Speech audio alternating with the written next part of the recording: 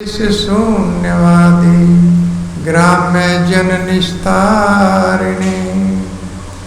ओम अज्ञानतिमिरान्धस्य ज्ञानाञ्जन शलाकया चक्षुरुन्मीलितं येन तस्मै श्री गुरुवे नमः। श्री चैतन्य मनोभीष्टं स्थापितं येन भूतले स्वयं रूपा कदा मह्यं ददाति स्वपदान्तिकं। वन्देऽहं श्रीगुरु श्रीयुतपदं कमलं श्रीगुरुन् वैष्णवश्च श्रीरूपं साग्रजातं सगुणरघुनाथान्वितं तं सजीवं सावधूतं सावधूतं परिजनसहितं कृष्ण चैतन्यदेवं श्रीराधाकृष्णपादान् सह गणललिता श्रीविशाखान्वितांश्च। हे कृष्णा करुणा सिंधु दीनबंधु जगतपते गोपेश गोपिका कांत श्री राधा कांत नमस्तुते। तप्त कांचन गौरांगी श्री राधे वृंदावनेश्वरी वर्षभानुसुते देवी प्रणमामि हरिप्रिये। वाञ्छात् कल्पतरुभिक्षा कृपा सिन्धुभ्येव च पतितानां पावनेभ्यो वैष्णवेभ्यो नमो नमः। नमः ओं विष्णुपादाय कृष्णापृष्ठाय भूतले श्रीमते भक्तिवेदान्त स्वामिनिति नामिने। नमस्ते सरस्वती देवे गौरवाणी प्रचारिणे निर्विशेष शून्यवादी पाश्चात्य देश तारिणे। जय श्री कृष्णा चैतन्य प्रभु नित्यानंदा श्री अद्वैत गदाधर श्रीवासादि गौर भक्त वृंदा। हरे कृष्णा कृष्णा कृष्णा हरे हरे हरे राम राम राम हरे हरे हरे कृष्णा कृष्णा कृष्णा हरे हरे हरे राम राम राम हरे हरे हरे कृष्णा कृष्णा कृष्णा हरे हरे हरे राम राम राम हरे हरे। ओम नमो भगवते वासुदेवाय। ओम नमो भगवते वासुदेवाय। ओम नमो भगवते वासुदेवाय। ओम नमो भगवते वासुदेवाय। ओम नमो भगवते वासुदेवाय। ओम नमो भगवते वासुदेवाय। हरे कृष्णा। तो आज श्रीमद् भागवत सप्ताह का दूसरा सत्र, और कल के सत्र में आप लोगों ने श्रवण किया था कि भगवान ब्रह्मा के आदेश के कारण धरा और द्रोण जो वस्तु में श्रेष्ठ थे इस पृथ्वी पर आए भगवान की लीलाओं में शामिल होने के लिए। और भगवान भी अपना मनुष्य रूप धारण करके इस पृथ्वी पर अपनी भक्ति से जीवों का कल्याण करने के लिए उपस्थित हुए। इसमें ये प्रश्न किया गया था परीक्षित महाराज के द्वारा सुखदेव महाराज जी से कि ऐसा कौन सा कर्म माता यशोदा ने किया जो भगवान उनके पुत्र के रूप में आए और उनका स्तनपान किया। तो इसका उत्तर सुखदेव महाराज दे चुके थे कि धरा और द्रोण नाम के जो वसु थे वो इस पृथ्वी पर आए भगवान की लीलाओं में, और उनका पुत्र बन करके उनके साथ लीलाएं किया, गोपीजनों के साथ लीलाएं किया, भक्तों को प्रेम दिया और भक्तों का प्रेम लिया, आदान प्रदान करने के लिए भगवान आए। तो इस कथा का श्रवण कल आप लोगों ने किया था। तो यहाँ पर ये प्रश्न हो गया था, सुखदेव महाराज के प्रश्न से परीक्षित महाराज संतुष्ट हो गए थे, उन्होंने आगे कोई प्रश्न नहीं किया। लेकिन उसके बाद सुखदेव महाराज स्वयं ही अन्यत्र इन लीलाओं को गाने लगे, क्योंकि ये दामोदर लीला बहुत ही महत्वपूर्ण है। तो स्कंद 10 और अध्याय 9 श्लोक नंबर 1 और 2। श्री सुकवाच एकदा गृहदासी सुयशोदानंद गेहिनी कर्मा अंतर नियुक्तासु निर्मंथ स्वयं दधि यानि यानि हि गीतानि तद्बाल चरितानि च दधि निर्मंथने काले स्मरन्ति तान गायता। तो भगवान अपने भक्तों से प्रसन्न होकर तो इस धरा पर आते ही हैं, लेकिन जो उनके श्रेष्ठ भक्त हैं उनकी बात को भी सत्य करने के लिए वे इस पृथ्वी पर आते हैं। तो ब्रह्मा जी की बात थी, ब्रह्मा जी ने वरदान दिया था धरा और द्रोण को कि आप भी जाए और भगवान भी आएंगे। तो उन्हीं की बात को सत्य करने के लिए भगवान ने ये अवतार धारण किया। कोई भी भक्त, श्रेष्ठ भक्त कोई वचन दे देता है, इसीलिए भगवान भगवद गीता में कहते हैं कौनते प्रतिजानी ही न में भक्त प्रणसति। हे कुंती पुत्र, तुम घोषणा करो कि मेरे भक्त का कभी नाश नहीं होता है। क्यों भगवान मैं घोषणा करूं? आप घोषणा कीजिए, आप ईश्वर हैं, भगवान हैं, कि नहीं मैं अपने वचन को तोड़ देता हूँ भक्तों के लिए, भक्तों की रक्षा के लिए मैं अपने वचन को तोड़ भी देता हूँ। लेकिन जो मेरा भक्त वचन कहता है, जो घोषणा करता है, उसको मैं पूरा करता हूँ, उसको मैं नहीं तोड़ने देता। इसलिए तुम घोषणा करो, हे अर्जुन, तुम इस बात को कहो कि मेरे भक्त का कभी पतन, मेरा भक्त का कभी नाश नहीं होता है। तो भक्तों की बात को भगवान रखने के लिए भी, विशेषकर भक्तों की बात को पूरा करने के लिए इस धरा पर आते हैं। जैसे प्रहलाद महाराज के वचन को पूरा करने के लिए आए, और सत्यम विधातुम निज भरत्य भाषितम व्याप्तुम च भूतेषु, वो भगवान जो सर्वव्यापी रूप में कण कण में वास करते हैं, मनुष्य रूप धारण करके, एक सिंह का रूप धारण करके अपने भक्त की बात को सत्य करने के लिए इस पृथ्वी पर आए।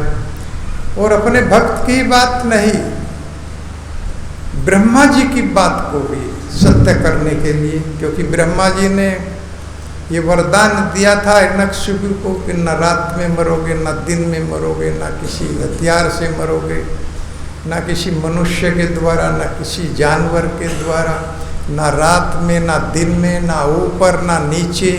जो भी कहते रहे हिरण्यकशिपु, उन सब बातों को ब्रह्मा जी ने स्वीकार किया था, लेकिन अमर तत्व का वरदान नहीं दिया था कि तुम मरोगे नहीं।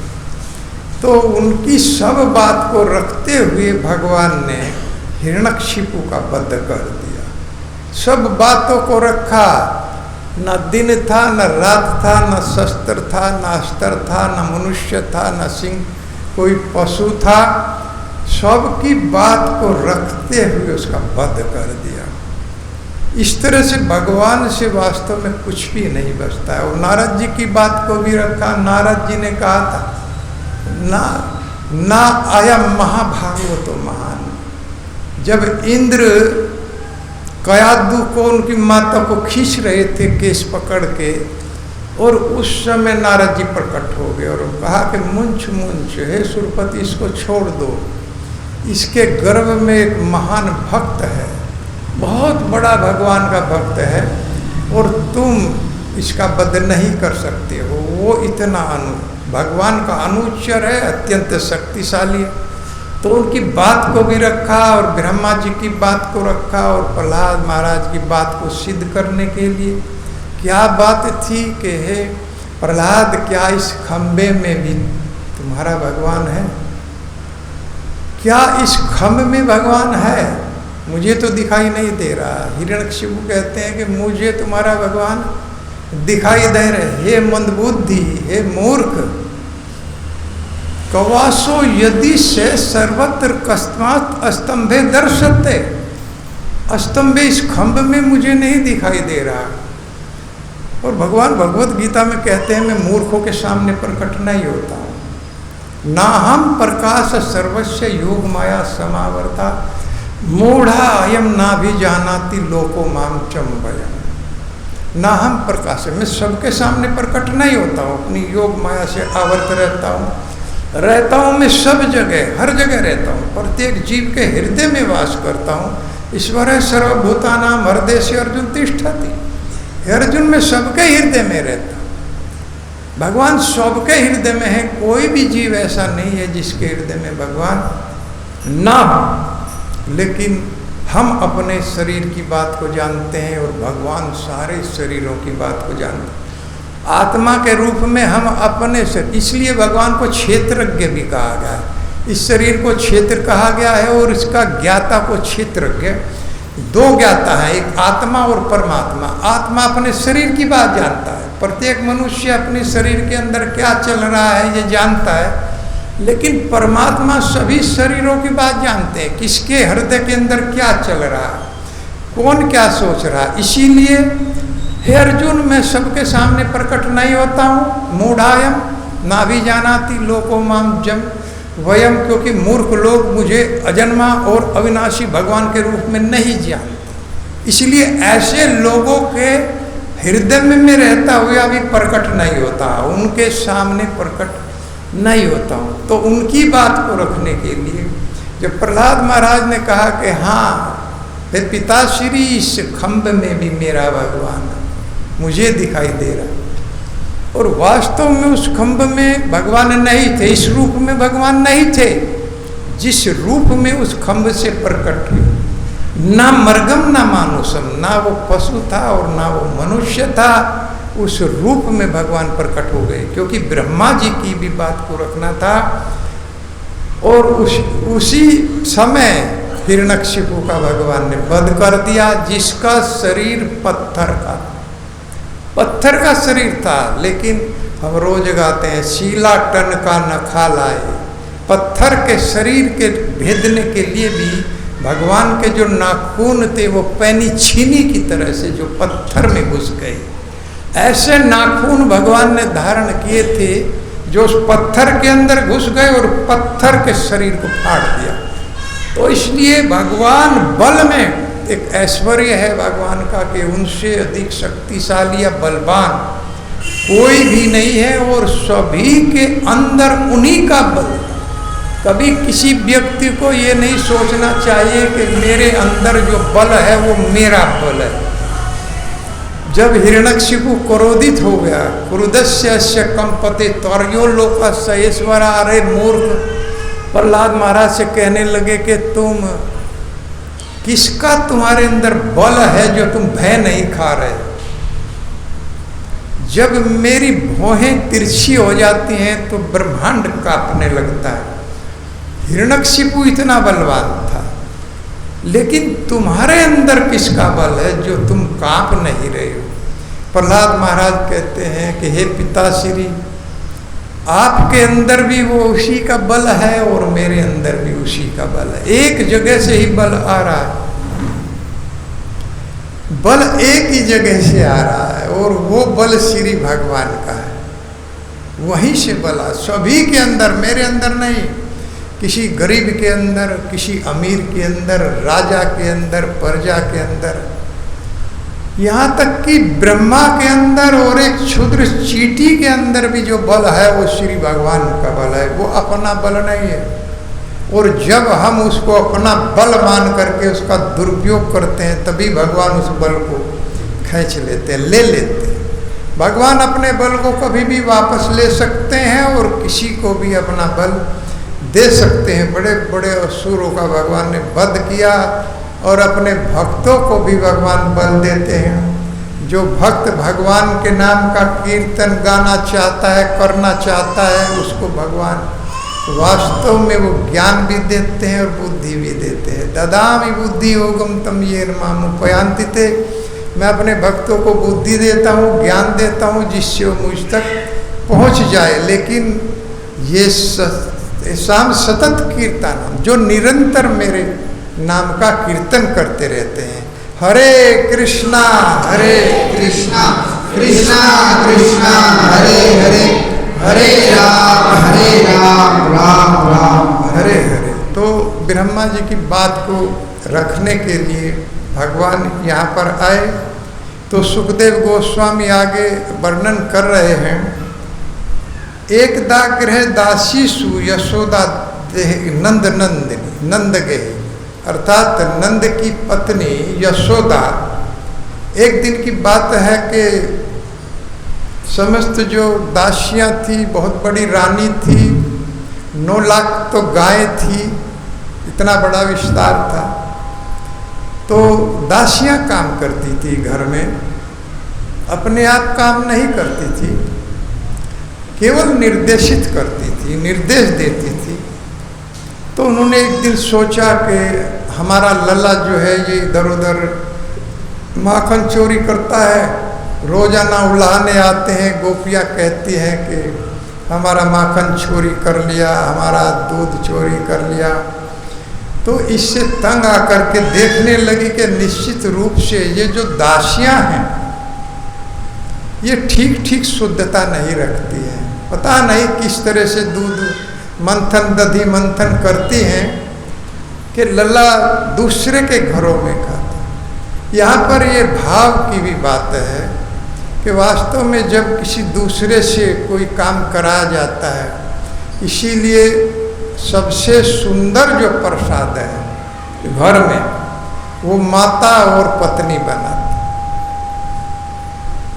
होटलों पे हम लोग खाना खाते हैं, पता नहीं कौन कैसे खाना बनाता है, कौन ऐसी सफाई करता है। जैसी सफाई माता करेगी अपने पुत्र के लिए, जैसी सफाई पत्नी करेगी अपने पति के लिए, वो देख करके खाना बनाएगी, सब्जी को धोएगी, काटेगी, कहीं गंदगी होगी उसको साफ करेगी। दूसरा कौन इतनी सफाई करता है? तो इसलिए सबसे सुंदर प्रसाद माता और पत्नी दो खिलाती है। और उसमें भी अगर कोई वैष्णवी बन जाए, अगर वो भगवान की भक्त है तो फिर कहना ही क्या है। वो सुंदर प्रसाद बनाएगी, भगवान को भोग लगाएगी, तो साक्षात सारे घर को अमृत खिलाती। फिर वैष्णवी बन जाती है तो घर में अमृत खिलाती। इसी प्रसाद के बल पर प्रभुपाद जी ने अमेरिका में जाकर के हिप्पी लोगों को हैप्पी बना दिया। जो नशे में रहते थे, जो कभी स्नान भी नहीं करते थे, उन लोगों को प्रभुपाद जी ने अपने हाथ से प्रसाद बनाया। रसगुल्ला बनाते थे, उनको बुला के लाते थे, नशेड़ियों को लाते थे, आइए मैं आपको भगवान का प्रसाद खिलाऊं। उनको रसगुल्ला बना के खिलाते, कभी और सब्जी रोटी पूरी खिलाते। तो इस तरह से एक वैष्णव के हाथ से बनाया हुआ प्रसाद खा करके जो लोग हिप्पी थे, नशेड़ी थे, नशे के इंजेक्शन लगाते थे, वो लोग शुद्ध वैष्णव बन गए, सब कुछ छूट गया। तो इस तरह से शुद्धता, घर के अंदर कोई अगर पत्नी भजन करती है तो उसका कहना ही क्या, भगवान को भोग लगाती है। क्योंकि यज्ञा शिष्टा सीना संतो मुच्यंते सर्व किल विषम ते अघम सौगम पापा पचंती आत्म कारणात्। भगवान कहते हैं कि जो मुझे अर्पण किए बिना खाता है वह चोर है और पाप खाता, क्योंकि सारी संपत्ति के स्वामी श्री भगवान, उन्हें कोई अर्पण किए बिना अगर खाता है तो वास्तव में वो चोरी करता है। एक बार प्रभुपाद जी से एक व्यक्ति आया और उसने कुछ कहा कि महाराज जी मेरा बहुत बड़ा व्यापार है। कि क्या व्यापार करते हो? कि महाराज जी मेरे बहुत बड़े बड़े भट्टे हैं, ईंट बनाता हूँ। ये कहीं से बनती है? कि मिट्टी से बनती। कुछ दान करते हो? कि महाराज जी बस कर देता हूँ जैसी प्रभु की इच्छा होती है। अर्थात प्रभुपाद जी ने कहा अच्छा तुम जो है छोटे चोर, अर्थात तुम भगवान की संपत्ति की चोरी करते हो लेकिन देते बहुत कम, क्योंकि ये मिट्टी भगवान की संपत्ति है। इसको अगर हम यूज कर रहे हैं तो वास्तव में भगवान को अर्पण करना चाहिए। कोई भी वस्तु इस जगत में ऐसी नहीं है जो भगवान ने ना बनाई, तो उस वस्तु को भगवान को अर्पण कर दें। सब भगवान को आवश्यकता नहीं है, ये हमें ही आवश्यकता। भजन की भी कोई भगवान को आवश्यकता नहीं है। मन मना भव मत भक्तों मध्याजिमाम नमस्करो। भगवान कहते हैं मेरा भजन करो, मेरा कीर्तन करो, मेरे भक्त बनो और मुझे नमस्कार करो। उन्हें आवश्यकता नहीं है, हमें आवश्यकता। हमारे लिए भगवान कहते हैं कि मेरा भजन करो, मेरा कीर्तन करो, मुझे नमस्कार करो। इसीलिए भगवान को अर्पण करना चाहिए। और प्रभुपाद जी ने ये करके दिखाया, जितनी भी शुद्धता से। और 16 माला जप अगर कोई घर में करता है वैष्णवी, और वो माता प्रसाद बनाती है तो दिव्य प्रसाद होता है। बुद्धि शुद्ध हो जाती है, वो घर उन्नति पर निकल पड़ता है। तो इस तरह से माता यशोदा ने सभी जो दासियां थी उनको दूसरे काम पर लगा दिया। काम भी क्या था? अगले दिन गोवर्धन पूजा, दीपावली की ये घटना है, दीपावली के दिन की। और उससे अगले दिन गोवर्धन पूजा होता है। गोवर्धन पूजा तब नहीं होती थी, इंद्र पूजा होती थी, इंद्र की पूजा करते। तो इंद्र की पूजा होती थी तो भगवान ने इस पूजा को रुकवा दिया था। ये कथा दूसरी है कि इंद्र की पूजा बंद करो और गोवर्धन की पूजा करो। और जो भी पूरी वगैरह बहुत बनाया जाता था, बहुत सुंदर सुंदर प्रसाद बनाते थे, बहुत सुंदर सुंदर व्यंजन बना के इंद्र को अर्पण किया जाता था। क्योंकि जब भगवान ने कहा कि किसकी पूजा करते हैं, भगवान छोटे थे, माता से कहा कि इंद्र की पूजा करते हैं, इंद्र हमें वर्षा देता है, उससे घास उत्पन्न होती है, हमारी गाय चरती हैं। तो भगवान ने कहा कि आप गोवर्धन की पूजा कीजिए। तो उन्होंने कहा कि गोवर्धन की पूजा से क्या हो?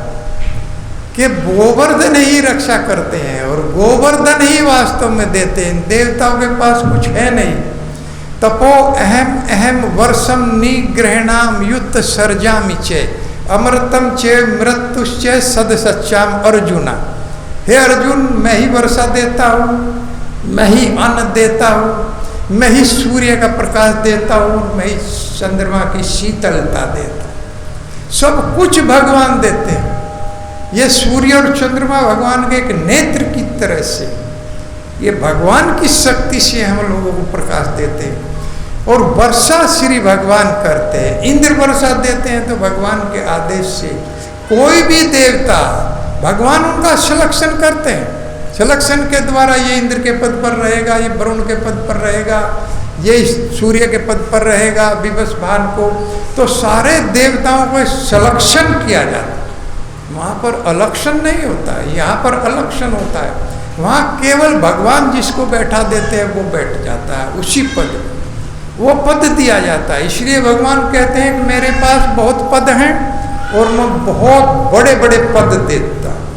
अपने भक्तों को भी बहुत बड़े बड़े पद में देता हूँ। जैसे ध्रुव महाराज को पद दिया, हरिश्चंद्रो रंती देव, उच्छव्रती शिवी बलि, शिवी महाराज, बलि महाराज, इन सब को मैंने बहुत बड़े बड़े पद दिए।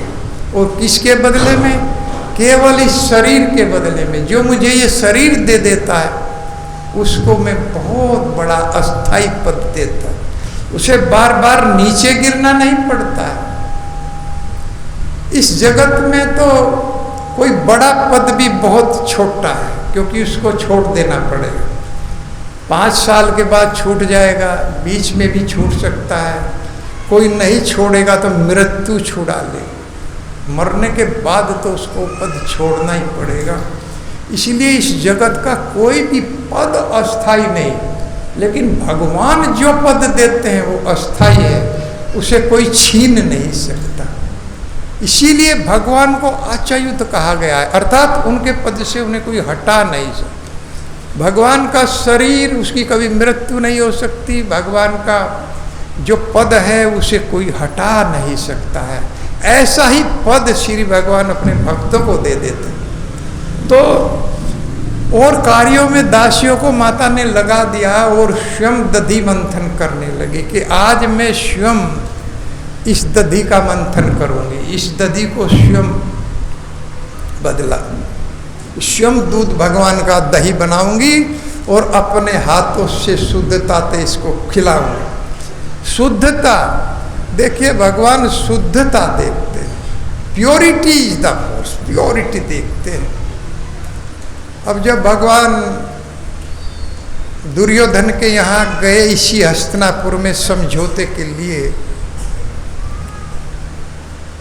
तो दुर्योधन ने 100 प्रकार का भोजन बनाया था। भगवान को 56 प्रकार के भोग हम लोग कहते हैं, लेकिन दुर्योधन ने 100 प्रकार का भोजन भगवान के लिए बनाया था।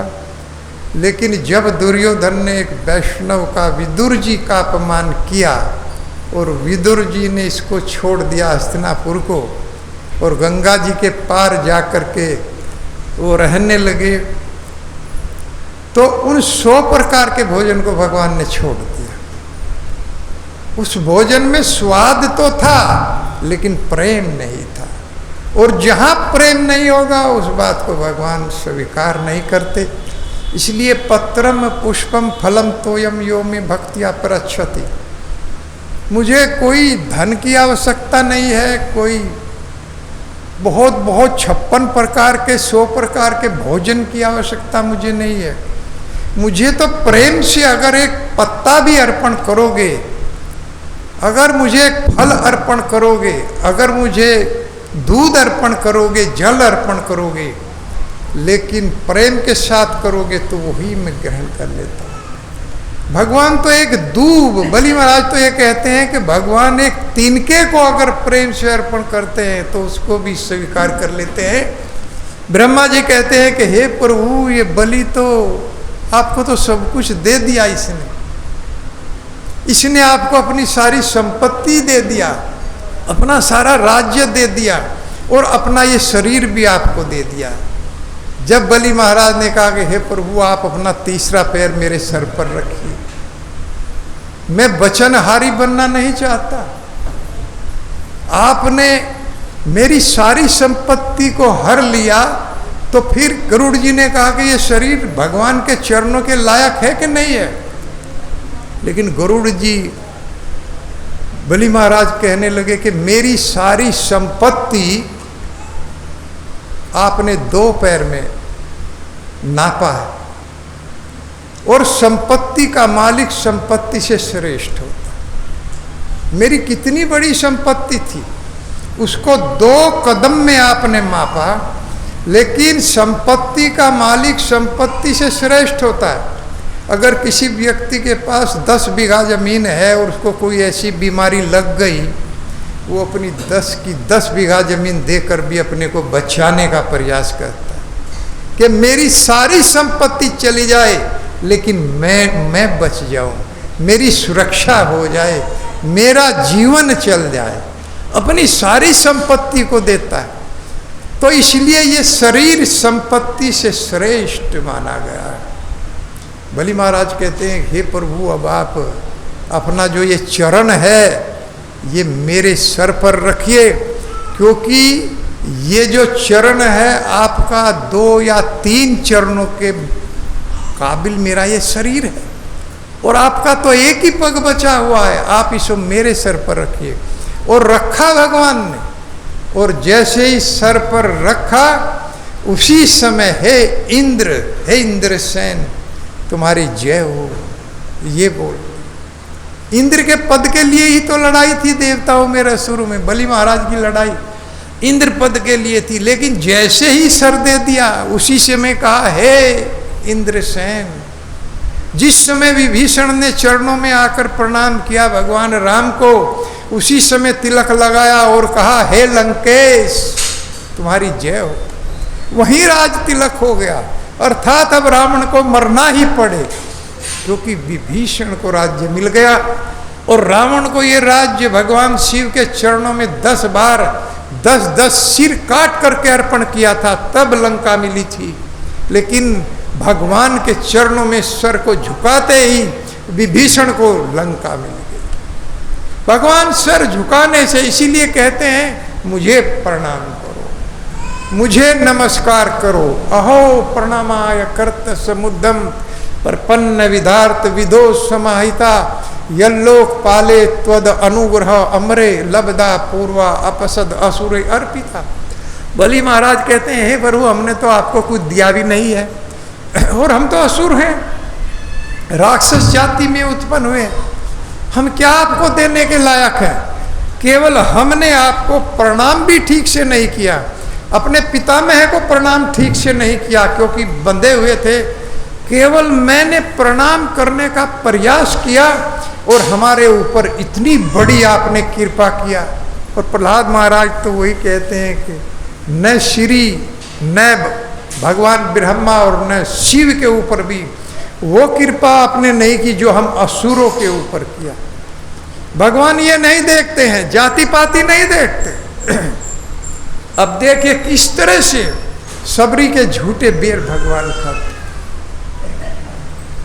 सबरी माता जो जाति से भी अधम थी, स्त्री थी, इसलिए उसको अधम कहा गया, लेकिन भगवान ने उसके प्रेम से भरे हुए बेरों को ग्रहण कर लिया।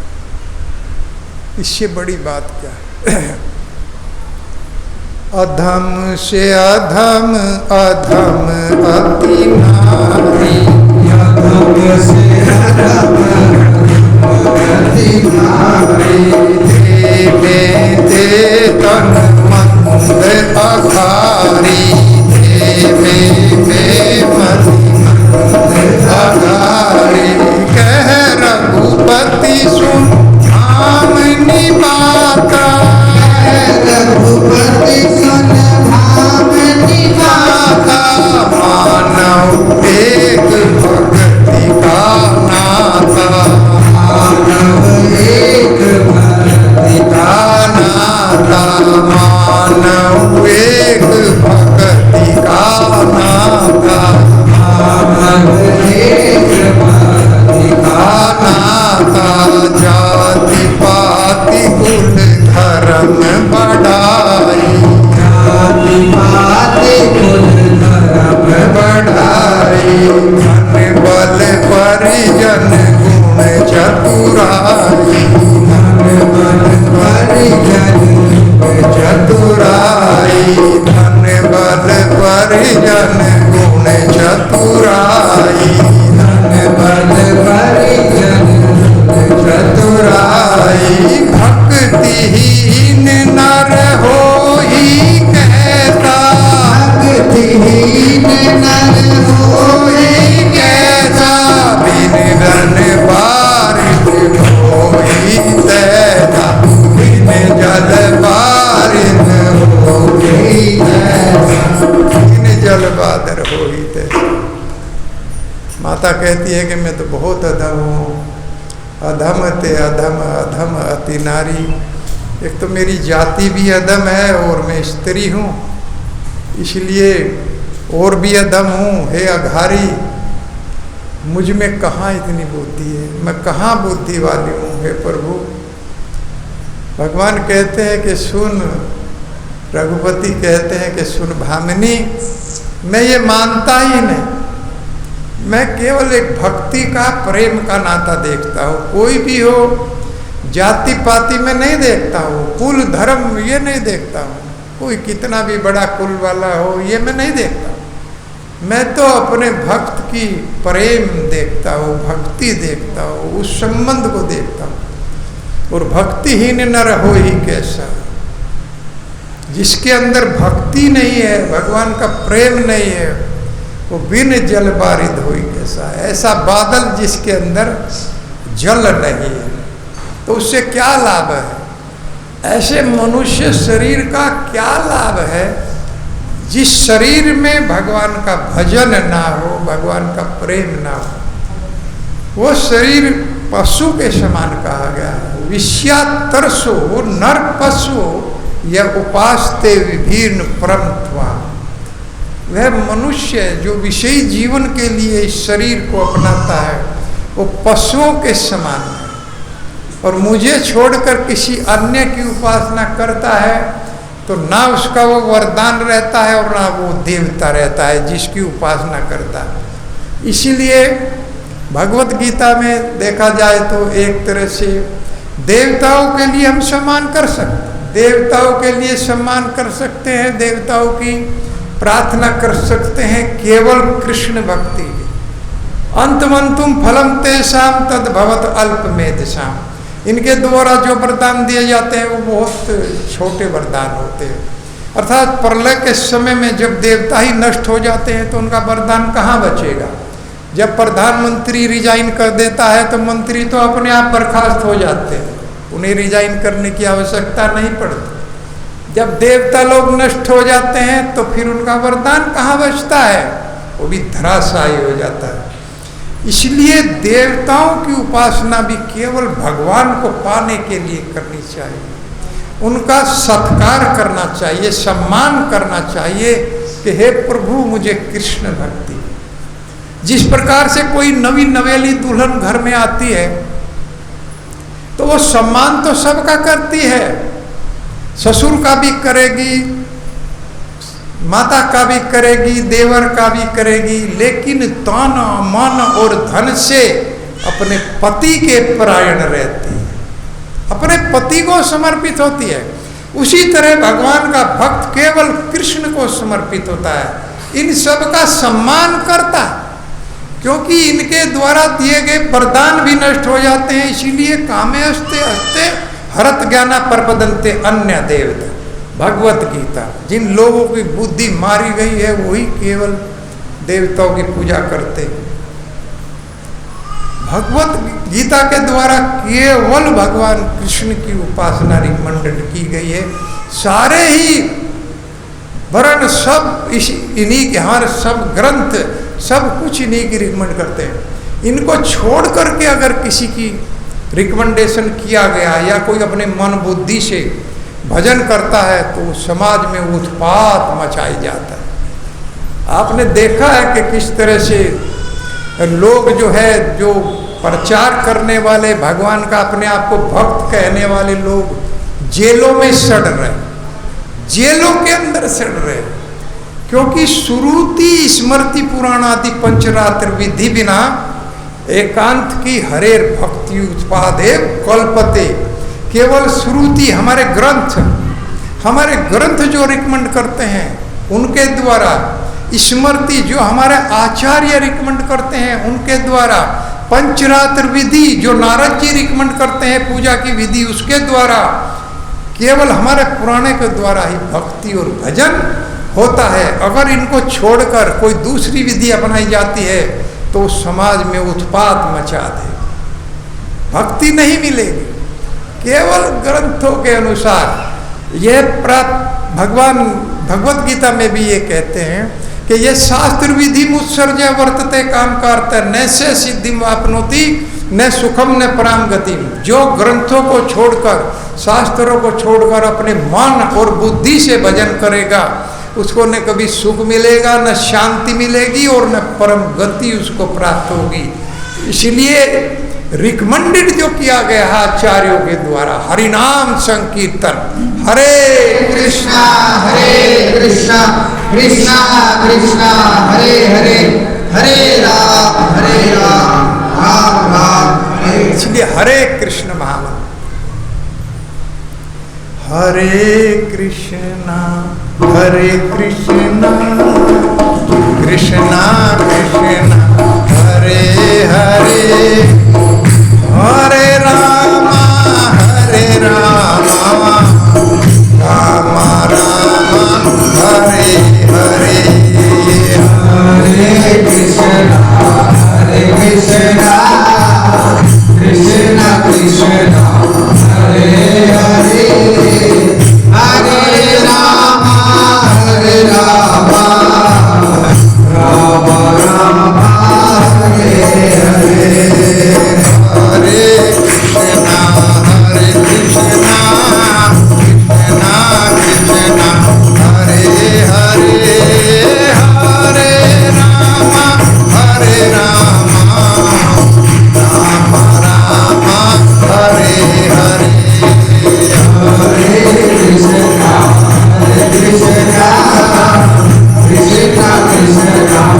Hare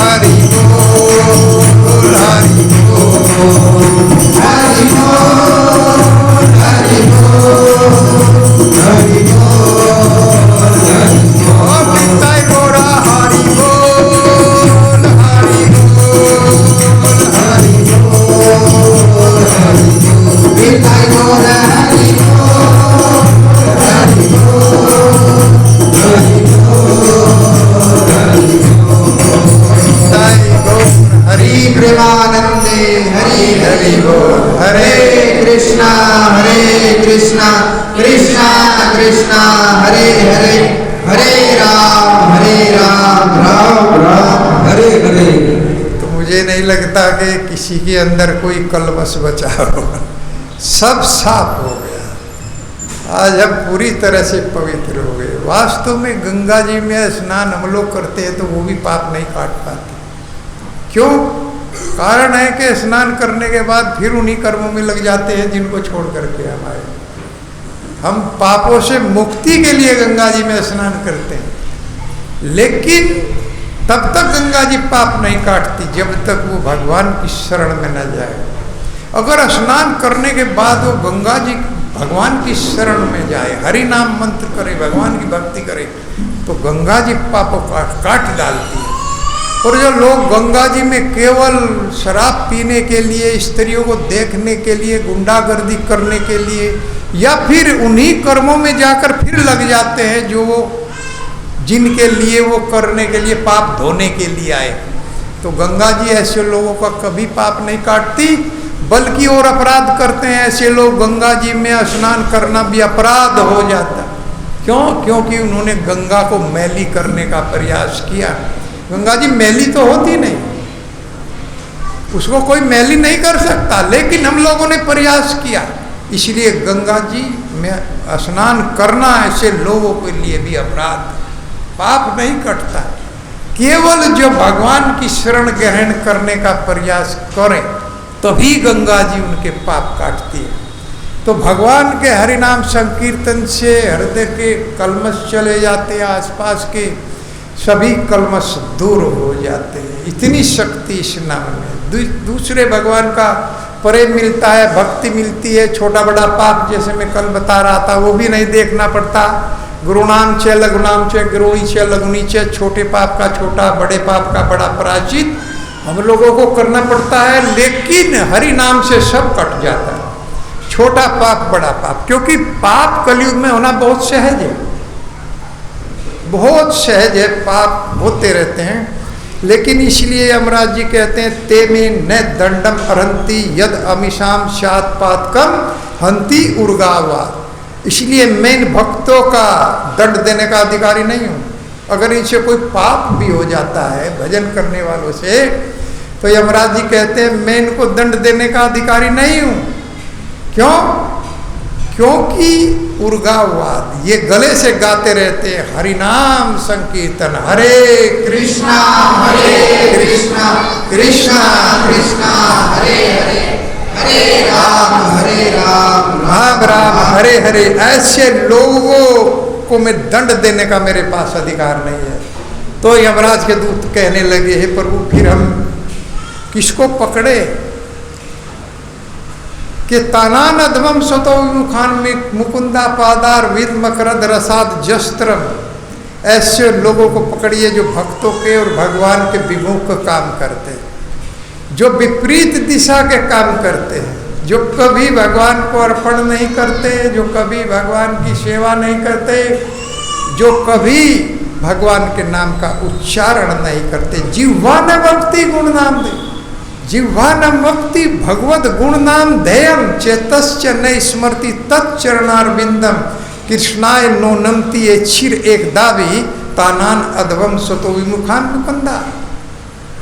ऐसे व्यक्तियों को पकड़िए जिसकी जिह्वा ने कभी कृष्ण नाम नहीं गाया, जो भाव से कृष्ण नाम को नहीं गा रहे हैं उनको पकड़िए, जो हृदय से कभी भगवान का चिंतन नहीं करते हैं उनको पकड़िए। बता रहे हैं यमराज जी अपने दूतों को किन किन को पकड़िए।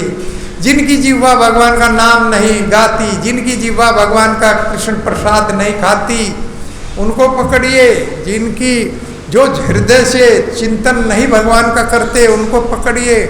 जिसने कृष्णा नोनमती छिरेकदा भी, जिसने कृष्ण के चरणों में मंदिर में मस्तक नहीं रखते हैं उनको पकड़िए। उनको पकड़ने का तुमको अधिकार। और जो गृहस्थ में गृह में यदि बन करके रह रहे हैं, जिन्होंने घर में रहने का व्रत ले लिया, मतिन कृष्ण है पर तो सब तो अमितो अभिपदित गृहवर्ता नाम। ऐसे लोगों को प्रहलाद महाराज कहते हैं न तो मैं न कोई दूसरा भगवान की बुद्धि, उनकी बुद्धि भगवान में नहीं लगा सकते। ऐसे लोगों को केवल एक घर के दायरे में जो लोग हैं, जो लोग अपने परिवार को ही देखते हैं, उससे बाहर निकलते नहीं हैं, जो भगवान के संबंध में जानने का प्रयास नहीं करते हैं, उन लोगों जो जिसने घर में ही रहने का व्रत ले लिया, ऐसे लोगों को पकड़िए। उन्हें क्या मिलता है? मतिन कृष्ण पर तो सब तो, कभी भी उनकी बुद्धि कृष्णा भावना भावित नहीं हो सकती मेरे प्रयास से या किसी दूसरे के प्रयास से, जब तक उनके पास भगवान की उन पे कृपा नहीं होगी। और भगवान की कृपा कब होगी? मह्यसाम पादरजो अभिषेकम, जब तक वो भक्तों की धूली मस्तक पर नहीं चढ़ाएंगे तब तक भगवान की कृपा उनके ऊपर होने वाली नहीं। इसीलिए ऐसे लोगों को मैं तामिश्र नरक देता हूँ, पुनः पुनः चर्वितम चर्विणाम, जो बार बार ग्रस्त में चबाए हुए को चबा रहे। जैसे गन्ने को चूस करके डाल दिया, कोई फिर मुंह में नहीं डालता, लेकिन ग्रस्त में व्यक्ति बार बार उसी वस्तु को चबाता रहता है, जिसको एक बार दो बार उसी को चबाता रहता है। तो ऐसे लोगों को पकड़िए, पकड़ करके और यमराज जी के सामने उन लोगों को पेश किया जाता है। तो ऐसे लोगों की बुद्धि नहीं हो सकती। तो भगवान का ये नाम का उच्चारण आप किसी भी तरह से गा सकते हैं, इसमें कोई त्रुटि नहीं है। भगवान के नाम में कृष्ण कहो, कृष्णा कहो, श्याम कहो, राधा, वो कोई भी नाम लेकर के आप भगवान का नाम गा सकते। फिर भी आप कह सकते हैं तो फिर हरे कृष्ण महामंत्री क्यों? जब भगवान के सारे नाम एक समान है तो फिर हरे कृष्ण महामंत्री क्यों? तो जिस तरह से क्रिकेट का खिलाड़ी, सारे खिलाड़ी खेलते हैं लेकिन एक उनमें कप्तान होता है, वो कप्तान भी खेलता है,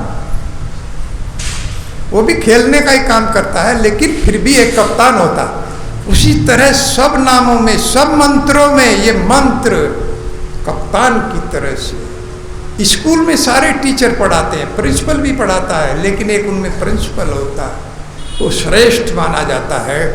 इसी तरह से ये नाम सारे मंत्रों में, ये मंत्र सर्वश्रेष्ठ है। हरे कृष्णा कृष्णा कृष्णा हरे हरे, हरे राम राम राम हरे। और इसमें कोई त्रुटि नहीं, भगवान के नाम में कोई त्रुटि नहीं है, कोई पाबंदी नहीं है। नाम नाम कारी बहुधा निजीव सर्वशक्ति स्थिता पिता नियमिता स्मरण ने काल। कोई भी नाम रात में करो, दिन में करो, सुबह करो, शाम करो, कोई पाबंदी नहीं है। किसी भी समय हम इसका जप कर सकते हैं और कीर्तन कर सकते हैं। इसमें कोई मंत्रत तंत्रत निश्चिद्रम देश काल अर्हा वस्तुत है। और सब में त्रुटि है। ज्ञान कांड, कर्म कांड, धरत, घी भी शुद्ध नहीं है। यज्ञ जो हम अर्पण करते हैं तो सामग्री शुद्ध नहीं है, मंत्रों का उच्चारण शुद्ध नहीं है। तो उनमें त्रुटि है, लेकिन भगवान के नाम में कोई त्रुटि नहीं। अनुसंकीर्तनम तव, भगवान के संकीर्तन में कोई त्रुटि नहीं। और इसमें सब चीज समाई हुई है। यज्ञ संकीर्तन परायर यजंती हु सुमेधा से, ये कलयुग का सबसे बड़ा यज्ञ है। यज्ञ में त्रुटि होती है, मंत्रों के उच्चारण में त्रुटि होती है, लेकिन भगवान के नाम में कोई त्रुटि नहीं है।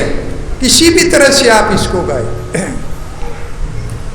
उल्टा नाम जपत जग जाना, उल्टा नाम जपत जग जाना, वाल्मीकि भय ब्रह्म समाना, वाल्मीकि भय समाना, कहा उमा में अनुभव अपना,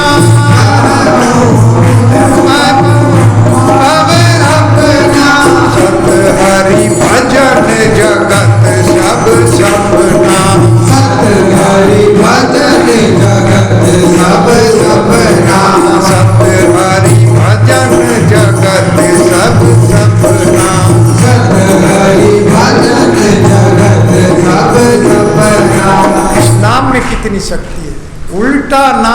जपत जग जाना, वाल्मीकि भय ब्रह्म समाना। उसने तो राम राम भी नहीं जपा, मरा मरा जपा। इससे बड़ी और क्या बात हो सकती है? उल्टा नाम जप करके वाल्मीकि जो एक रत्नाकर डाकू थे, लूटते थे लोगों को, वो एक महर्षि बन गए, ब्रह्म के समान। भगवान का नाम की शक्ति देखिए, ब्रह्म के समान हो गए। उमा से कह रहे हैं भगवान शिव कि ये जगत में केवल हरि भजन ही सत्य है और सब स्वप्न के सिवा।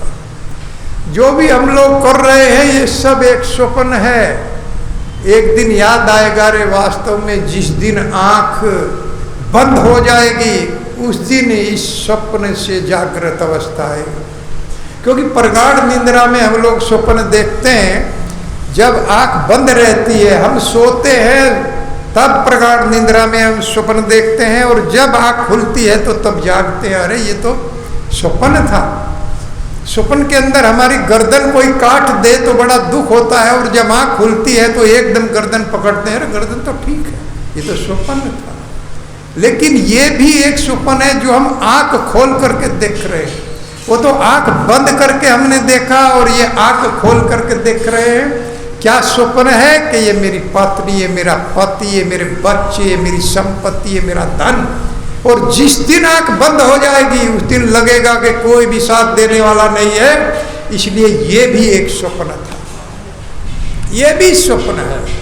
तो इसीलिए इसको सत्य बनाने के लिए केवल इस जगत में हरि नाम ही सत्य है, हरि का भजन सत्य है, और सब असत्य ही असत्य है।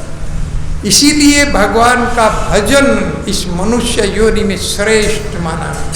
और ये मनुष्य योनि इसी के लिए हमको मिली है। मैं कल भी बता रहा था कि ये सब्जेक्ट है, एक अनिवार्य क्वेश्चन दिया गया है कि इसमें भक्ति हमको करनी है, भजन करना। ये विषयों के लिए नहीं है, ये अन्यत्र दूसरे कामों के लिए नहीं है, केवल भजन के लिए ये शरीर दिया गया है। इसलिए प्रहलाद महाराज कहते हैं, कुमाराचरित प्राज्ञ।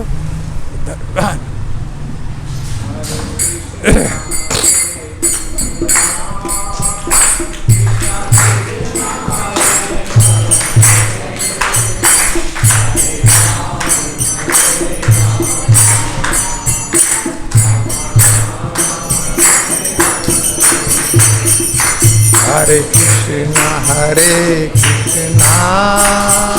कृष्णा कृष्णा हरे हरे, हरे राम भजन के लिए। इसका और कोई उद्देश्य नहीं है, लेकिन भजन ही हम लोगों को इसमें मुश्किल पड़ता है, बहुत कठिन दिखाई देता है। और काम हम कितना परिश्रम हम लोग करते हैं, पूरी दोपहरी में हम लोग शरीर को, प्रभुपाद जी ने कहा इतना कष्ट देने की आवश्यकता नहीं। भगवान के लिए वास्तव में कष्ट सहना चाहिए, क्योंकि कष्टों का जगत है तो कष्ट तो आएंगे। लेकिन भगवान की माला लेकर के हम लोग थोड़ा सा भी कष्ट आ जाए तो माला को खूंटी पे रख देते। अरे हम लोगों को देखिए, भक्तों को देखिए, इस एज में भी हम लोग कथा गा रहे हैं, नाम उच्चारण कर रहे हैं, तो कष्ट तो जरूर आएंगे।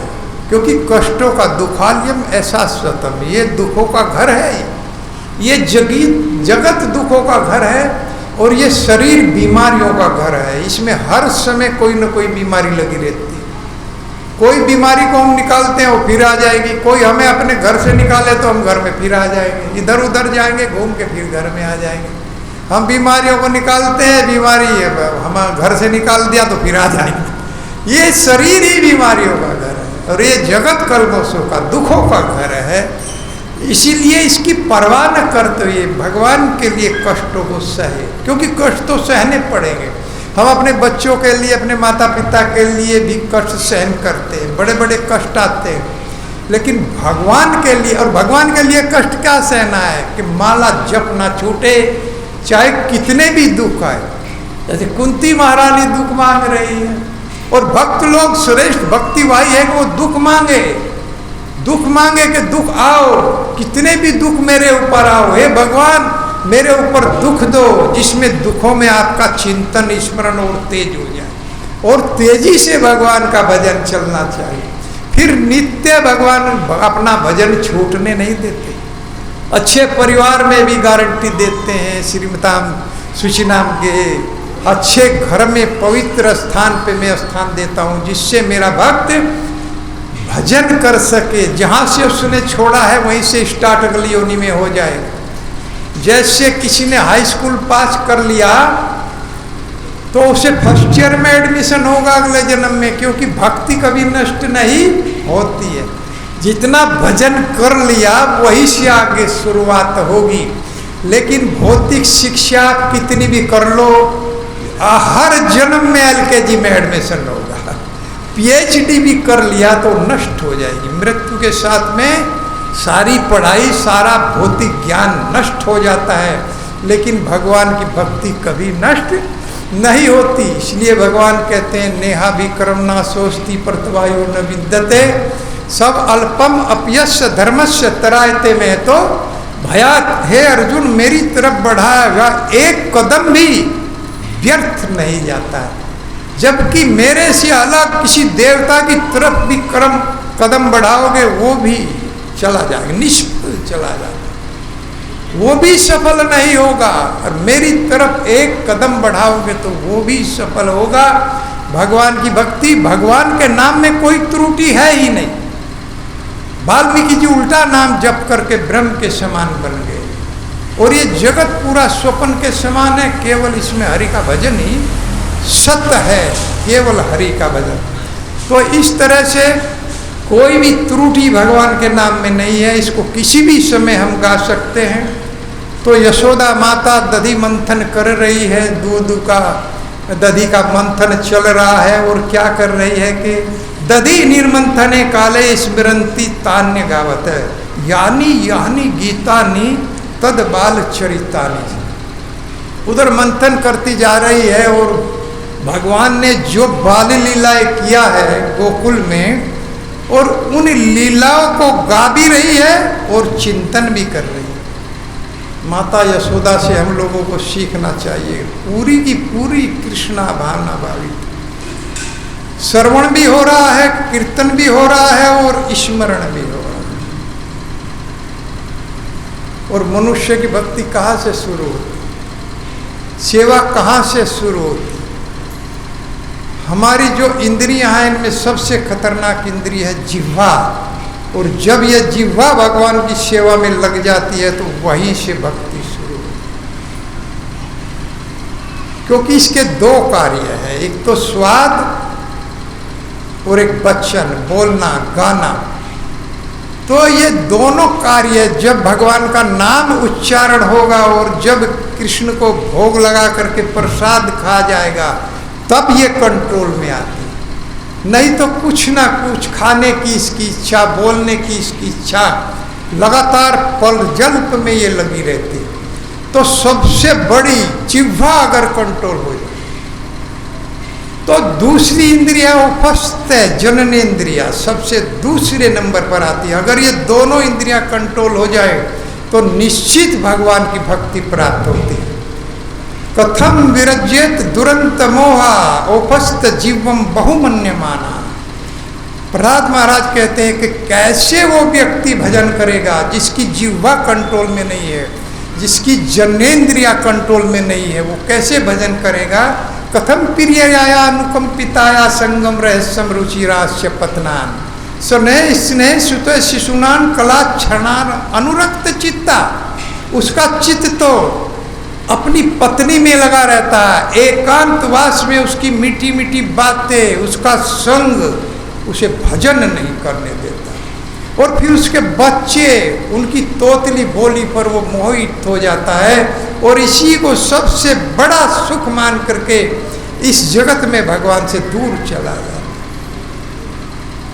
वास्तव में देखना चाहिए, ये सब करना चाहिए, बच्चों को प्रेम करना चाहिए। हर माता पिता करते हैं, भक्त भी करते हैं, सब करते हैं, लेकिन भगवान का भजन नहीं छूटना चाहिए। अगर भजन छूट गया तो किमात्म जाया या संसरती है तो भूतिया, वो सुंदर पत्नी भी जन्म मरण में डालने वाली है जो भजन नहीं कर, वो जन्म मरण में डाल देगी। वो सुंदर घर जो बिल्डिंग हमने बनाया है उसमें आयु का ह्रास ही होता है अगर भजन नहीं किया। बहुत बड़ी बिल्डिंग बना लिया, बहुत सुंदर मकान बना लिया, लेकिन भजन नहीं है तो उसमें आयु का ह्रास होता है। कीमात माने न जिहात अंत की मृग थारे सब जना के दस्यु भी। अरे परिवार के सदस्य बलि महाराज कहते हैं अपने गुरु शुक्राचार्य से, गुरु जी मैं वचन नहीं तोड़ सकता, मैं भगवान को जो वचन दिया मैं 3 पग भूमि दूंगा। शुक्राचार्य कहते हैं मुख से तो तुमने नहीं कहा कि मैं मन से कह दिया है, मुख से नहीं कहा है, लेकिन अंतःकरण से मैंने सोच लिया कि मैं इस बालक को 3 पग भूमि दूंगा, तो मैं अपने वचन को नहीं तोड़ सकता। और आजकल क्या हो रहा है, मुख से कहने के बाद भी व्यक्ति विमुख हो जाता है कि मैंने ऐसा नहीं कहा है। बलि महाराज कह रहे हैं कि मैं मन से सोच लिया, मुख से नहीं कहा है, तो भी अपने गुरु को अवॉइड कर रहे हैं कि मैं ये विष्णु है तो बहुत बढ़िया अच्छी बात। अगर विष्णु मेरे द्वार पर आया है तो मैं वचन से विमुख नहीं हो सकता, और ये बालक आया है तब भी मैं वचन से विमुख नहीं हो सकता, क्योंकि मैंने सुना है कि जो लोग अपने वचन से विमुख हो जाते हैं पृथ्वी उनके भार से बोझल हो जाती है, वो उनका बहुत बड़ा भार मानती है, जबकि वो पर्वतों का समुद्रों का भार नहीं मानती। पृथ्वी बड़े बड़े पर्वतों को भार को सहन करती है, समुद्रों का वहन सहन करती है, लेकिन जो व्यक्ति वचन को दे करके विमुख हो जाता है उसके भार उससे सहन नहीं होता है, इसीलिए मैं विमुख नहीं हो सकता।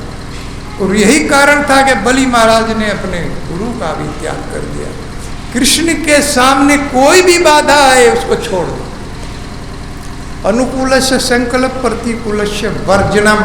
अनुकूल को अपनाना पड़ेगा अगर भजन करना है, प्रतिकूल को छोड़ना, प्रतिकूल का त्याग करना पड़ेगा।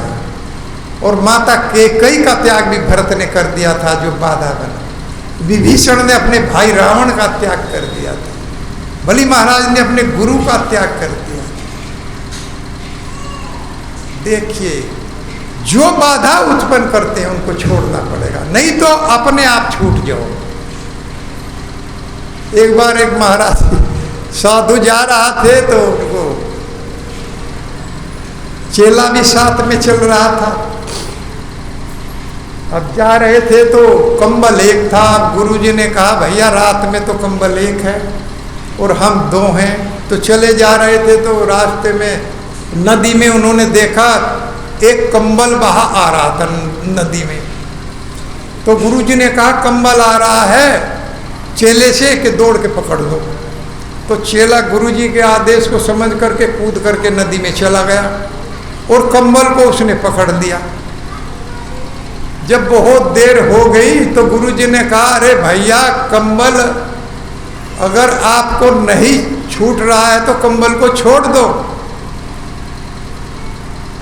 तो चेला कहता है गुरुजी कंबल को तो मैं छोड़ दूं लेकिन कंबल ने मुझे पकड़ लिया, ये मुझे नहीं छोड़ रहा। कि ये क्यों नहीं छोड़ रहा है कि महाराज जी ये कंबल नहीं रीछ है, रीछ बहा आ रहा था तो उसको पकड़ लिया, अब रीछ ने उसको पकड़ लिया, अब दोनों वहीं डूब गए। फिर गुरुजी भी दौड़े, गुरुजी पकड़ने गए, गुरु भी गया और चेला भी गया। तो इस तरह से ये हमें ध्यान रखना चाहिए कि हमें वास्तव में गुरु किसको बनाए, इस जगत में गुरु कौन होना चाहिए। नहीं तो बहुत लोग जिनके यहाँ असंख्य लोग आपको मिलेंगे उनकी कथाओं में और उनके जो फॉलोवर हैं वो बहुत अधिक लोग मिलेंगे, लेकिन भक्ति वहाँ पर नहीं मिलेगी, भक्ति नहीं मिल पाती है। इसलिए इस्कॉन की कथाओं को लोग पसंद नहीं करते, क्योंकि इसमें एज इट इज वही कहा जाता है जो हमारे ग्रंथ और शास्त्र बताते हैं। हम लोग एक एक श्लोक का वर्णन करते हैं और श्लोकों को हर जगह प्रमाण देते हैं कथा का। इसीलिए ये कथाएं लोग कहते हैं कि नहीं पसंद करते हैं लोग, लेकिन वास्तविक भक्ति इसी से उत्पन्न होती है, प्रेम इसी से उत्पन्न होता है। ये प्रेम देता है, ये शारीरिक मनोरंजन नहीं कथाएं ये करती हैं, ये आत्मरंजन करती हैं, ये आत्मा के लिए है, ये शरीर के लिए नहीं है। आप लोग टीवी में देखते हैं किस तरह से माताएं खड़ी होकर नाचने लगती हैं। कोई भी भजन, इस्कॉन में तो भजन बंद ही कर दिया गया, केवल हरि नाम संकीर्तन या कोई वैष्णव गीत या कोई पद भक्तों के आप जो है वो गा सकते हैं, ऐसे वैसे भजन आप नहीं इस्कॉन में गा सकते। एक बार एक महाराज जी बता रहे थे कि मैं विदेश में गया, इस्कॉन मंदिर में चला गया, हमने प्रार्थना किया हाथ जोड़े कि हम भी एक भजन गाना चाहते हैं। वो अपना पूरी पार्टी को लिए हुए था, तो वहाँ का जो अध्यक्ष था उन्होंने कहा महाराज जी यहाँ आप अपने हिसाब से भजन नहीं गा सकते, यहाँ हमारे हिसाब से भजन चलेगा, यहाँ केवल हरे कृष्ण महामंत्र का कीर्तन होता है, वही भगवान के सामने गाया जाता है। यहाँ इधर उधर के चली जा रही है आयु धीरे धीरे, कैसे ये भजन जो है ये सब मतलब जो है नहीं गाए जाते हैं, क्योंकि ये शरीर के लिए मनोरंजन की ये कथाएं नहीं हैं। इसलिए भगवान को, भगवान के नाम को किसी भी तरह से आप गाइए, कोई ये नहीं है कि आप कोई धुन में इसको वो बराबर काम करेगा, वो प्रेम देगा, भगवान का प्रेम ही वो देता है। जैसे एक भक्त हुए हैं जयदेव जी, जैसे मैं अभी बता रहा था कि जो दुर्योधन थे उन्होंने 100 प्रकार का भोजन बनवाया था, लेकिन भगवान ने उसको ठुकरा दिया। हस्तिनापुर में जब भगवान आए थे तो दुर्योधन ने 100 प्रकार का व्यंजन बनवाया, लेकिन भगवान ने उसको ठुकरा दिया। और कहाँ खाया जा करके? विदुर जी के यहाँ जा करके साग खाया, क्योंकि उसमें स्वाद भी था और प्रेम भी था। भगवान प्रेम के भूखे हैं, भगवान भाव के भूखे हैं, भगवान हमारे धन के भूखे नहीं हैं, भगवान हमारे रोटी। एक बार सुखदेव महाराज आ गए हमारे घर पे, तो मैंने रोटी बनवाई, मक्खन बनवाया, गुड़ जो सादा मतलब ऐसे छाछ वगैरह, और महाराज जी ड्यूटी में गए तो भगवान के यहाँ कोई फूल नहीं अर्पण किया था। तो सुखदेव महाराज जी ने मेरी कमर में एक थप्पड़ लगाया और कहा कि जो तुम रोटी खिला रहे हो भगवान को, इनमें सबसे प्रिय भगवान को फूल है। पत्र पुष्पम फलम तोयम, अरे मुझे तो पत्ता दो, पुष्प दो, फल दो, जल दो, लेकिन प्रेम पूर्वक मुझे दो, प्रेम पूर्वक। और इसके भावार्थ में क्या कहते हैं भक्त लोग? पत्रम, कैसा पत्र भगवान के संबंध में लिखना चाहिए, पत्र लिखना चाहिए। जैसे किसने लिखा? रुक्मणी जी ने भगवान को पत्र लिखा और उनकी लक्ष्मी बनी। भगवान के संबंध में लिखना चाहिए। एक व्यक्ति मुझे मिला कि दद्दू पहले कथा में आए थे, अब भी आएंगे, उन्होंने राम राम राम राम राम राम पता नहीं कितनी बुके उन्होंने भर दिया, डेली राम राम लिखते थे। तो हमें लिखना चाहिए, शास्त्रों से ग्रंथों से कथा का जो हमने सीखा उसका मनन करना चाहिए और उसको नोट कर लेना चाहिए। भगवान के संबंध में भगवान इससे बहुत प्रसन्न होते हैं। पत्रम, दो अर्थ हो गए, एक तो मुझे पत्ता अर्पण करो, एक मेरे संबंध में पत्र लिख, उससे भगवान प्रसन्न होते। पुष्पम, फूल, भगवान को फूल अत्यधिक प्रिय है। भगवान को हम माला अर्पण करते हैं, फूल अर्पण करते हैं तो भगवान बहुत प्रसन्न होते हैं। दूसरा फूल क्या है? हम लोग सुबह मॉर्निंग में जब सो के उठते हैं, स्नान करने के बाद हमारा जो शरीर है फूल की तरह से खिला हुआ होता है, शाम तक तो फिर वो मुरझा जाता है, जैसे मुरझाया हुआ फूल हो, शाम को आपका शरीर ऐसे मुरझा जाए। लेकिन सुबह मॉर्निंग में आप उठेंगे तो आपका जो शरीर है ये फूल की तरह से खिला हुआ होता है। उस शरीर को भगवान को अर्पण कर दो। अगर मॉर्निंग में आपने जप कर लिया तो वेरी बेस्ट, बहुत ही अच्छा। आप घूम करके जप कीजिए, पैरों को चलना मिल जाएगा, सारी इंद्रियां लग जाएंगी। हाथ जप कर रहा है, पैर चल रहे हैं, जिह्वा गा रही है, अंदर चिंतन चल रहा है, तो बहुत श्रेष्ठ अवस्था है मॉर्निंग में, और आपका बाक भी हो जाएगा। तो इस तरह से भगवान को अपना ये शरीर अर्पण कर दीजिए, खिला हुआ पुष्प फूल की तरह से खिला हुआ मॉर्निंग में सुबह ही शरीर होता है, सारी थकावट दूर हो जाती है। ये पुष्प दे दीजिए। फिर फल आ गया। एक फल तो हम अर्पण करते हैं भगवान के लिए, हम फल लेकर के आए, भगवान को अर्पण कर दिया। दूसरा फल है हमने जो दिन में कमाया या महीने में कमाया, हमें सैलरी मिली, या हमने खेती में 6 महीने में हमने कोई फल हमें मिला, प्राप्त किया। कौन देता है? भगवान देते हैं। भगवान देते हैं। फल की इच्छा मत करो, मैं अपने आप दूंगा। पता नहीं वो क्या देना चाहते, तो वो फल भगवान देते हैं। वो डेली का आप अर्पण करना चाहें या महीने में, जिसकी जैसी सैलरी मिलती है महीने में, या फिर किसान को 6 महीने बाद फल मिलता है, तो वो भगवान को अर्पण करना चाहिए। वो फल, वो वास्तविक फल वो है जो हम अपनी कमाई में से कुछ भगवान को अर्पण करें। इस शरीर से जो हमने कमाया है अपना परिश्रम से, वो भगवान की सेवा में लगाएं। भगवान को कोई आवश्यकता नहीं है, भगवान को कोई उनका भजन करने की आवश्यकता, नमस्कार करने की आवश्यकता, वो पूर्ण है। भगवान पूर्ण है। भगवान का मैथ उल्टा है बिल्कुल इस जगत के मैथ से। क्या हो? 1 + 1 = क्या होगा? 1 ही होगा, 2 नहीं होगा। ये भौतिक जगत का मैथ है। भौतिक जगत में क्या होता है? 1 + 1 = 2, और भगवान का मैथ है 1 + 1 = 1। वो केवल एक है। 1 - 1 तब भी 0 नहीं होगा, तब भी 1 ही होगा। 1 - 1 भौतिक जगत में 0 आएगा, लेकिन भगवान का मैथ है कि 1 - 1 = 1। एक ही है वो कभी 0 नहीं होता और वो कभी 2 नहीं होता। अद्वैत अच्युतम अनादिम अनंत रूपम आधम पुराण पुरुषम नव यौनम च वेदेशु दुर्लभम दुर्लभम आत्मभक्तो गोविंदमादि पुरुषम तमहम भजामि। वो एक है, अद्वैत। एक परो विष्णु सर्वव्यापी न संशय। विष्णु एक है, लेकिन वो अनंत रूप धारण करने की उसमें क्षमता है। वो यशोदा का लल्ला जो है, वो जो कुरुक्षेत्र में युद्ध करा रहा है, वो गोपियों का जो लाल, गोपियों का जो प्रीतम है, ये सब एक ही है, एक ही कृष्ण है। ये कोई अलग अलग नहीं है। भगवान एक ही है। कृष्ण स्वयं संभरत परमे पुमान यो गोविंदम आदि पुरुषम तमहम भजा। कृष्ण एक है, वो अपने आप का स्वयं प्रकट करते हैं। उन्हें कोई दूसरा प्रकट नहीं करता, कोई दूसरा प्रकट नहीं करता है। इसीलिए हम लोगों को तो दूसरा शरीर दे दिया जाता है यमराज जी के हिसाब से, उसी योनि में जाना पड़ेगा। जो योनि हमारे कर्मों के अनुसार हमें दी जाती है, उसी में हमें जाना पड़ेगा।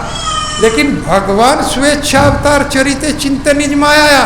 भगवान अपनी इच्छा से अपना शरीर धारण करते हैं। जितने भी अवतार भगवान लेते हैं, जिस रूप में भी वो इस धरा में आते हैं, वो अपनी इच्छा से अपना शरीर धारण करते हैं। उसे कोई दूसरा उन पर दबाव नहीं डालता। अपना शरीर अपनी इच्छा से धारण करते।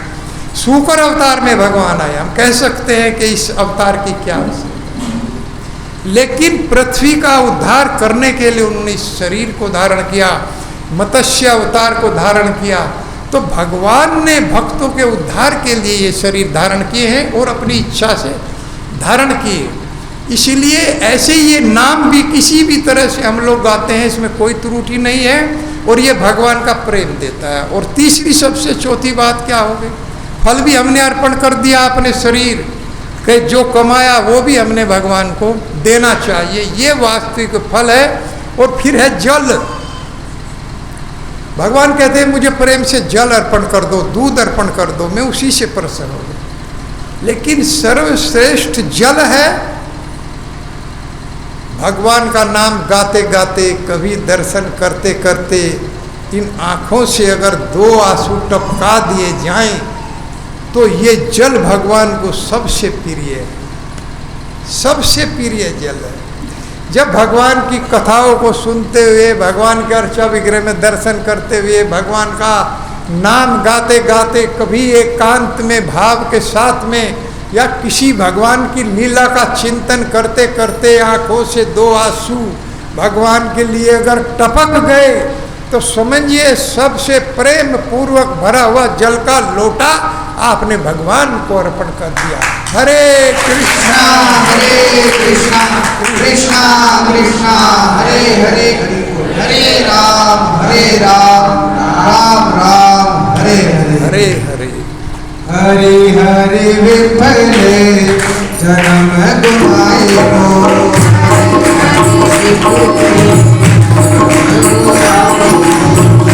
हरि विठले जन्म गुमाई हो, हरि हरि विठले जन्म गुमाई हो। मनुष्य जन्म पाया राधा कृष्ण का भजिया, मनुष्य जन्म पाया राधा कृष्ण का भजिया, जानिया सुनिया विश्व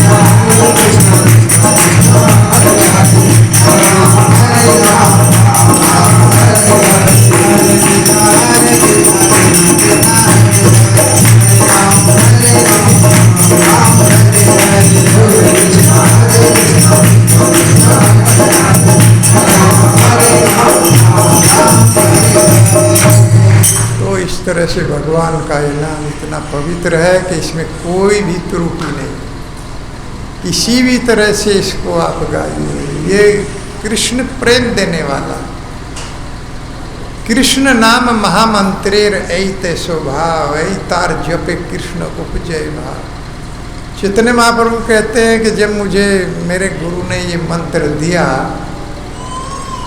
तो इस मंत्र का जाप करते करते ऐसी स्थिति हो गई कि एक बार हरे कृष्ण बोलने से ही आंखों से अश्रुपात हो गए। एक बार हरे कृष्ण बोला और आंखों से आंसुओं की फुहार निकलने लगती थी। एक स्थिति ऐसी आ गई तो मैं अपने गुरु के पास गया कि बा मंत्र दिला गोसाई की बा तार बल, जपीते जपीते मंत्र करी ले पागल। हे मेरे गुरुदेव, ये कैसा मंत्र मुझे दे दिया, जितना मैं जप करता जाता हूँ ये तो मुझे पागल बना रहा है। मैं तो पागल हो रहा हूँ। नचाए हंसाए मंत्र कराए क्रंदन, एत सुनी गुरु हासी बलि ले वचन। और ये पागल ही नहीं बना रहा है, ये मुझे कभी रोने पर मजबूर कर रहा है, कभी कभी फिर नाचने पर मजबूर कर देता है। हे प्रभु, ये कैसा मंत्र मुझे दिया।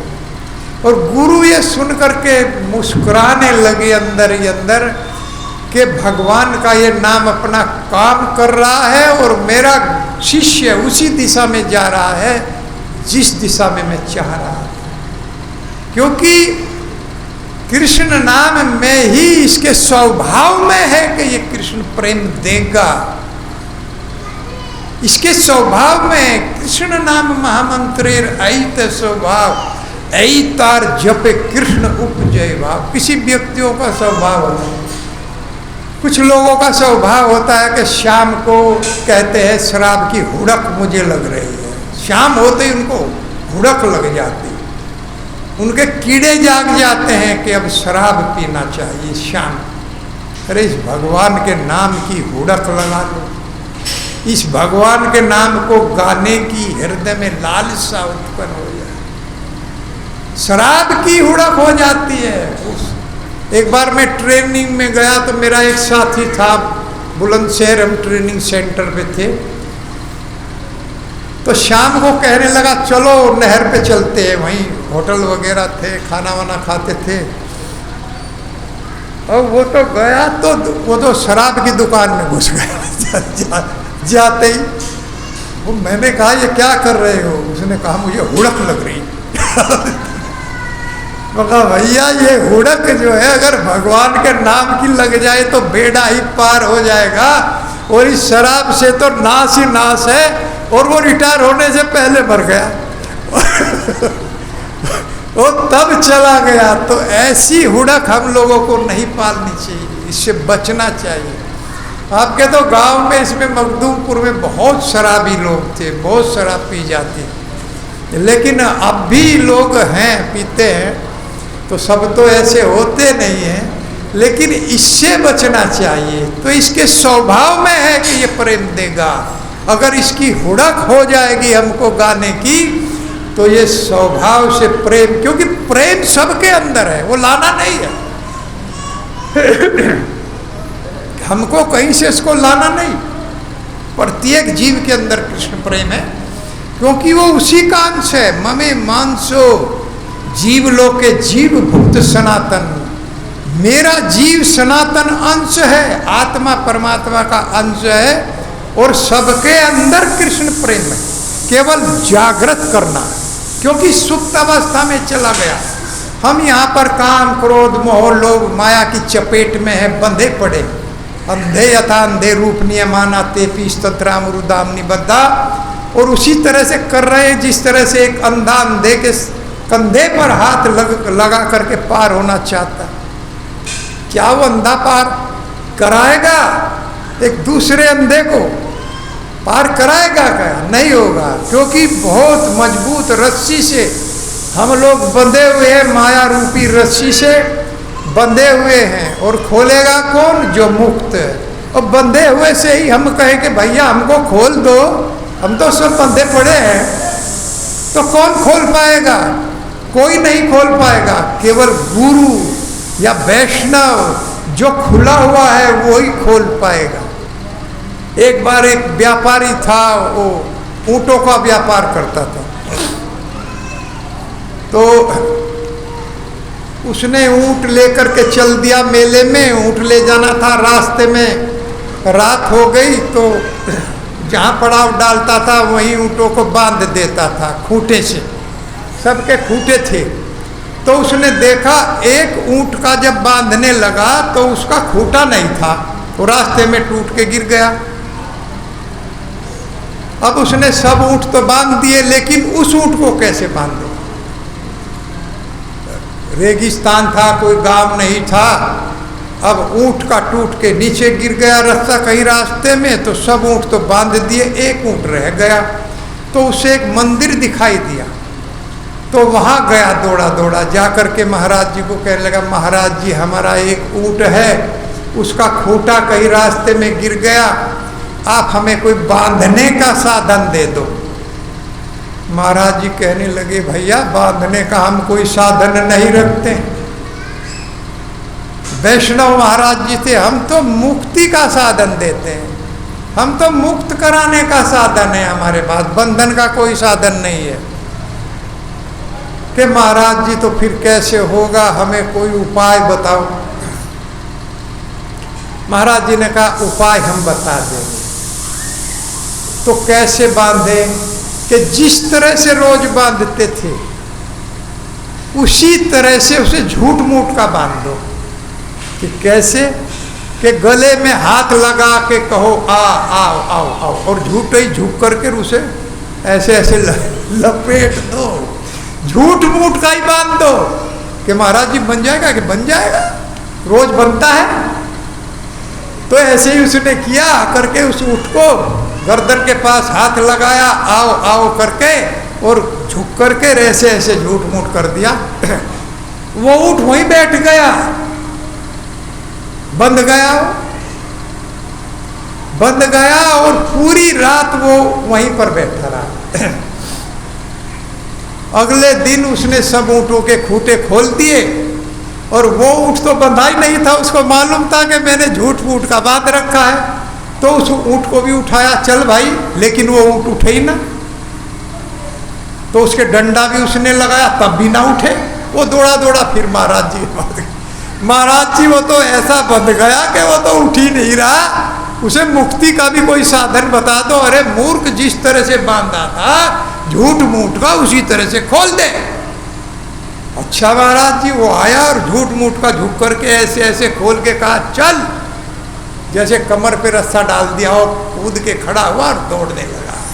तो हम लोग तो वास्तव में झूठ मूठ के बंधे हुए हैं, झूठी माया है, इसी से हम लोग बंधे हुए।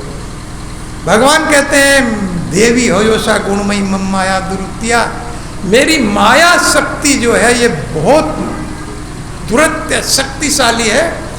प्रभुपाद जी कहते हैं ये असंभव के पास वाला संभव है। और वो संभव क्या है?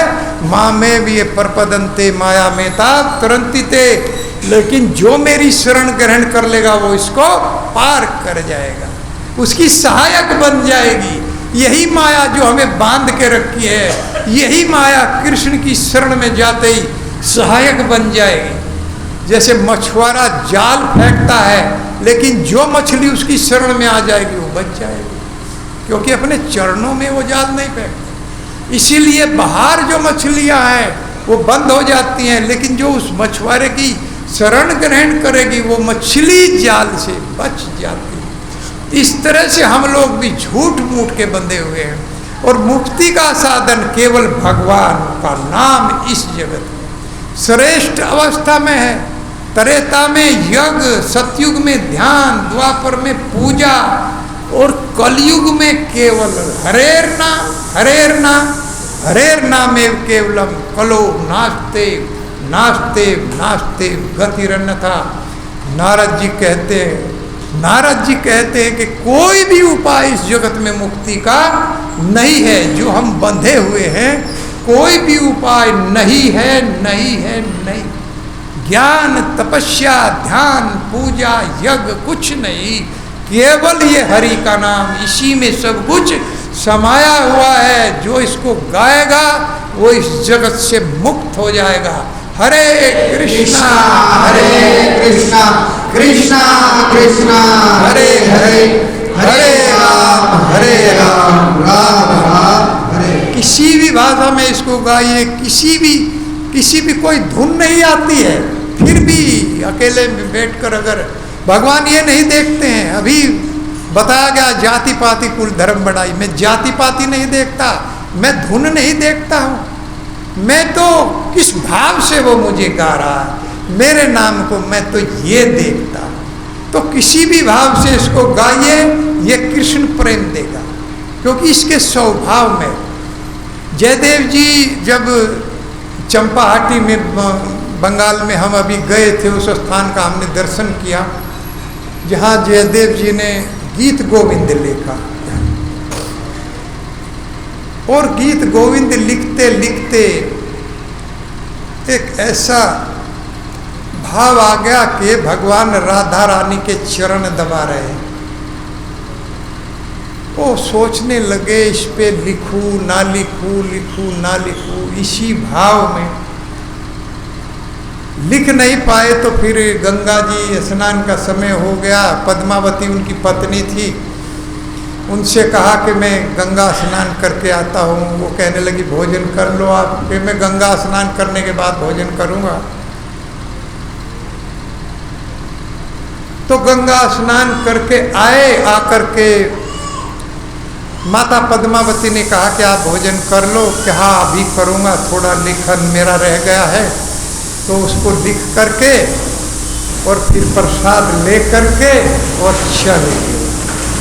थोड़ी देर बाद फिर आए गंगा स्नान करके, कहने लगे कि अब प्रसाद दो।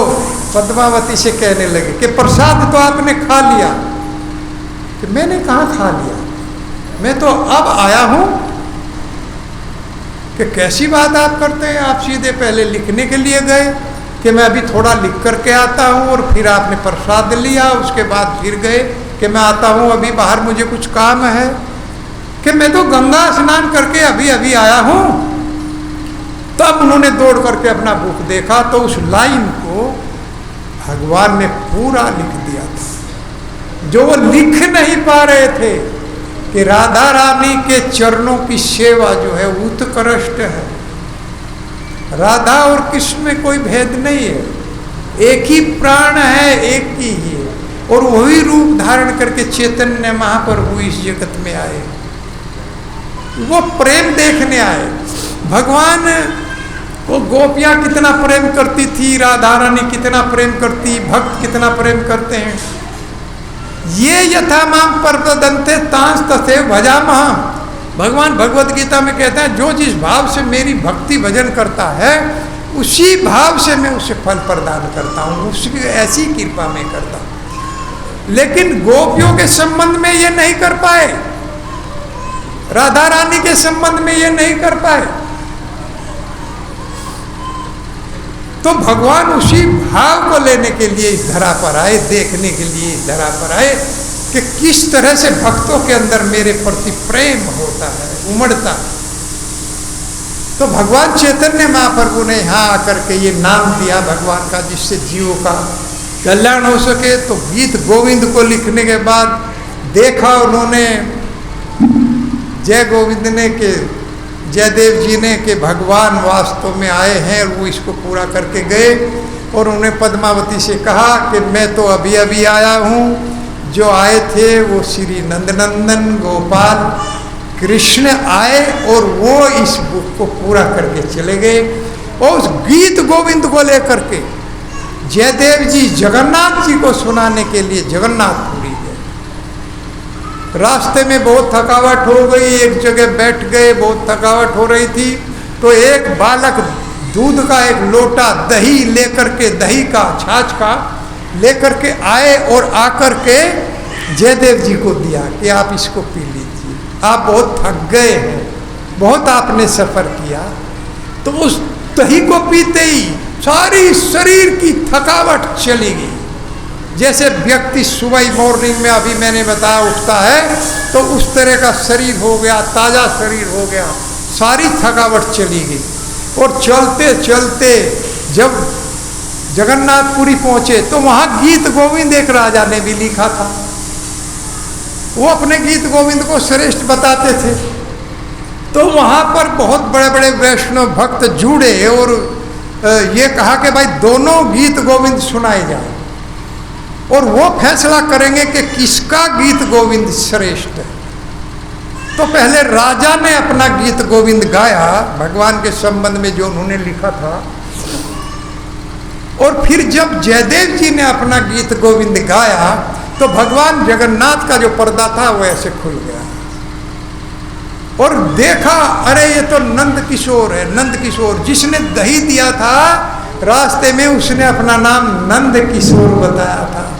और जगन्नाथ जी का रूप जो है वो नंद किशोर के रूप में प्रकट हो।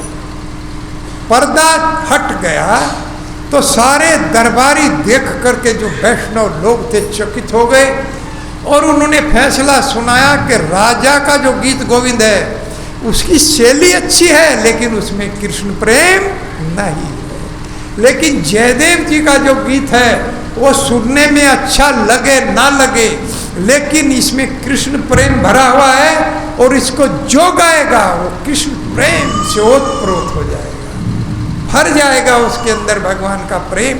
तो इसी तरह ये नाम है भगवान का, इसको आप किसी भी तरह से गाइए क्योंकि इसके स्वभाव में है कि ये कृष्ण प्रेम देगा। तो ये नाम इतना श्रेष्ठ है। कई उदाहरण मैंने आप लोगों को दिए, वाल्मीकि जी का दिया कि किस तरह से इसको गा करके हम लोग अपने इस मनुष्य जीवन को, जो केवल इसीलिए हमको मिला है, इसको हम सफल बना सकते हैं। हरे कृष्ण।